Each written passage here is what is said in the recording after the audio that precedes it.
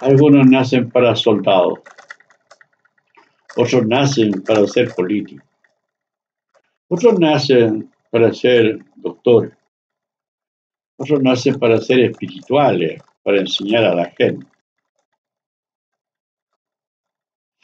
Se podría decir que la vida de los santos venía con un deber. Isaías, Ezequiel, Jeremías, aunque reclamaba, no hablaré más en tu nombre, porque cada vez me pegan, me tratan mal. Y había un fuego que era la pasión, no lo dejaba y seguía haciéndolo, por pasión, no por lógica. ¿Cuántas veces las cosas se hacen por pasión? ¿Ah? Dice que la pasión es ciega. Excepto donde hay un anhelo. La pasión ahí no es ciega, hay un anhelo. Hay algo que se quiere conseguir. Y esa pasión sin anhelo es porque le gusta. Pero venía la prueba arranca. Se la terminó la pasión. Bonito no iban a venir anoche a verme, aunque lloviera, porque tenía mucho frío. ¿Dónde está la pasión ahí? Que quiere conquistar a la mujer, no tiene pasión. Hacía frío, por eso no vino a ver. O sea, si se casa después de este frío, no va a trabajar. ¿Qué hace ella? Sin pasión, no. Y dice que la pasión es ciega. El apasionado, llueva o no llueva, siempre o truene, él va a cumplir con su deber y va contento. Va a reclamar. Abrígate, hombre, que hace mucho frío, así nomás, voy calentito, voy bien, voy apasionado. ¿Ah? Va a cumplir con su deber. Y eso se siente orgulloso del deber cumplido. Se siente bien. Es más satisfactorio el cumplir con el deber que con lo que le paguen. Ese es un hombre apasionado por cumplir con el deber. No aquel que si no le paga, no. Así es. ¿Cómo ser apasionado ese? Da lástima. La pena. Pobre hombre. Se metió en la parte de los caballos. Se tiró apasionado y a la primera prueba, ¡pum!, claudica. Da lástima. Otros dicen, es un fracasado. ¿Qué significa eso? Es que lo que hace fracasa. No, lo que pasa es que él no está cumpliendo con su deber. Jamás una persona que se dedica a su deber va a fracasar, nunca. Porque cumplir el deber es un agrado, es una satisfacción cumplir con el deber. Y ese está fracasando. A lo mejor no conoce cuál es su deber. ¿A qué vino al mundo? ¿Qué vino a hacer? Dios le dijo a Moisés que fuera profeta. Y él le dijo que no, porque yo soy torpe y lento en el habla. Tartamudo. Y él no quería ser una persona que se riera de él. Por eso hablaba poco, escribía más. Y le dijo, Dios, no conozco yo a tu hermano Aarón, que es bueno para hablar. Ya, tú no vayas a ser profeta, que sea profeta él. Tu profeta, él va a hablar por ti. ¿Fija? Sí. Entonces, yo le había asignado un deber de ser el libertador, pero el libertador iba a libertarlo, pero él no iba a hablar por ellos. Entonces le dijo que Aarón sería su profeta, el profeta de Moisés, que hablaría por él. El que habla a nombre de Dios es profeta. Y Dios confirma al profeta lo que hace. Pero el que no es profeta de Dios y se tira para ser profeta de Dios y no lo es, Dios no le confirma ninguna cosa. Nada. No. Porque él no lo envió. ¿Ves? ¿Se fijan? Entonces, el cumplimiento del deber del profeta es profetizar, avisar de las cosas futuras y advertir de lo que está haciendo bien o mal. Todos los seres humanos tienen un deber con su país, con su bandera, con su pueblo en el cual nació. Ya por ser de ese país, tiene un folclore, una costumbre. Y si a él no le gusta, piensa que nació en un país equivocado, se va a otro y se nacionaliza allá, más de acuerdo a lo que le gusta. ¿Qué hace un pez en una cama de terciopelo fuera del agua? ¿Cree que sobreviva? De todas maneras, no. ¿No? No. ¿A cuántos hay que cambian de país, son a otras ciudades, hacer una vida mejor y vuelven y le fue mal? Mucho. Eso no es deber, es aspiración. Es aspirante a tener un mejor estándar de vida y no le va bien. No le fue asignada esa profesión. No venía en su genes, porque la profesión viene en los genes. Le nace de adentro. ¿Ah? Sí. Entonces, a Moisés lo dejó como legislador y dejó que hablara Aarón por él.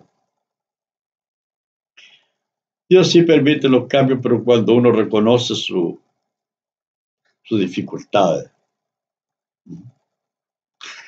Quizá usted me asignó que yo enseñara y predicara y yo me falta memoria y además me da vergüenza hablar en público. ¿Qué hace ese hombre? ¿Tú crees que Dios le va a asignar el papel de predicador, de maestro, a una persona que le da vergüenza hablar en público y que es torpe en el habla? No. Difícil, que le va a costar mucho. ¿Cómo lo va a hacer? No lo va a hacer. Pero hay hombres que dicen que Dios lo envió y Dios no comete errores. Y menos enviar a un mentiroso que invente cosas. Ah, no, eso es absolutamente negativo. No. Entonces pensaba que Pablo Dios lo había enviado, que Jesús era apóstol de Cristo. Nada de eso.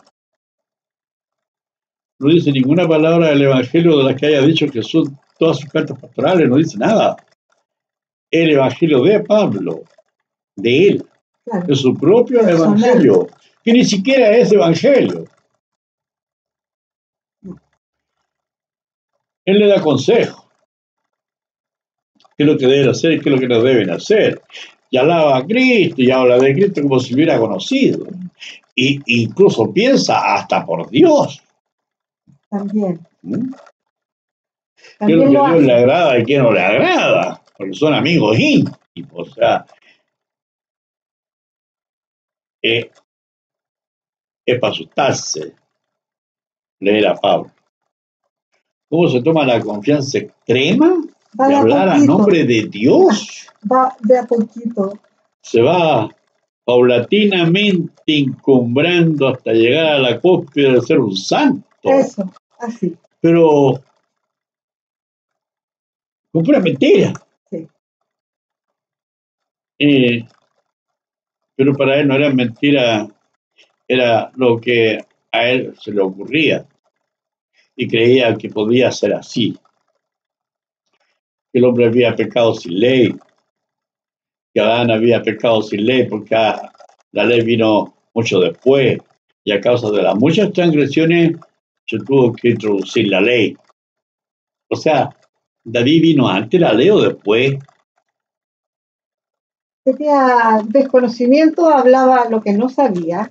Después, David llegó 500 años después de Moisés, Claro. venía David y sus hijos, y Jesús sufre los palos, los azotes por sus hijos, y sangra por David. Y esto lo desconocen, Habla otras cosas que nada que ver. no lo entienden. No, Tampoco entienden que la ley no se puede meter en el Evangelio, ni el Evangelio en la ley. No puedes poner un parche nuevo en un vestido viejo. No puedes meter el Evangelio en la ley. Déjalo ahí en la ley donde están. dos pactos diferentes. Y no trates de convencerlos.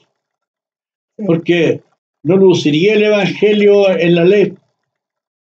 Porque un parche en un vestido viejo. Ni el viejo armoniza con el nuevo. En el vestido nuevo le ponen un parche viejo de la ley. Resalta que no es del traje. ¿Cierto? Cierto. Entonces, ambas cosas se conservan. Dejas de la ley en la ley y tú dejas que te en el Evangelio. ¿Para qué tratar de convencerlo? ¿Para qué tratar de que están equivocados? ¿Fija? Sí. Porque ellos tienen un deber, como Moisés, y los cristianos un deber con Cristo, que son sus representantes. ¿Ah? ¿Por qué? Imagínate que la obra de Dios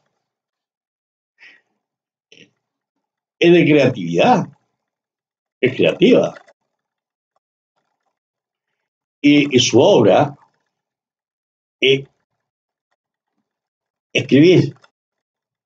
Aunque no lo escribe él, escriben los profetas. Sí. Él le dice lo que deben escribir. Y la gloria de Dios son 7 libros que le pertenecen, de su autoría. Sí. Génesis, Isaías, Ezequiel, Mateo, Lucas, Juan y Apocalipsis. Los 7 espíritus de Dios le pertenecen a él. Así es.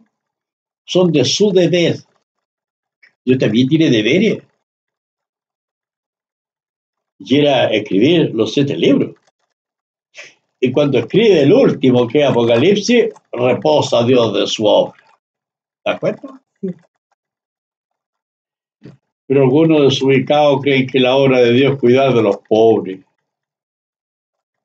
alimentar al menesteroso, al abandonado. Ese es un deber social de los gobiernos. Que tienen que hacerlo, pero es Se llama política. social. Claro, es política. Políticas de Estado. Pero si un país no cuida a sus propios pobres, no se lo daría a cuidar a un país extranjero. Porque todos los países tienen riqueza. Y esta riqueza le pertenece a los que la producen, Sí. no a los que se sirven de ella. Entonces, es una injusticia social, un mal de siglos, y que todavía no salen de eso. A la espera, siempre Dios a la espera de que los seres humanos entren en razón. Hay que evolucionen, entren en razón, que evolucionen. Ellos no cumplen con su deber, No. prometen mucho y no cumplen nada. Entonces, ¿qué deber tienen? Fija, el deber es una obligación moral e intelectual, el deber cumplido. ¿Cómo duermen? ¿Qué conciencia tendrán para dormir plácidamente sin haber cumplido con su deber? ¿Captas? Una persona responsable no puede dormir porque todavía no tiene el trabajo cumplido. Y se levanta y lo hace y cumple y se va a descansar tranquilo. ¿Por qué? Cumplió con su deber. Y eso es lo más importante.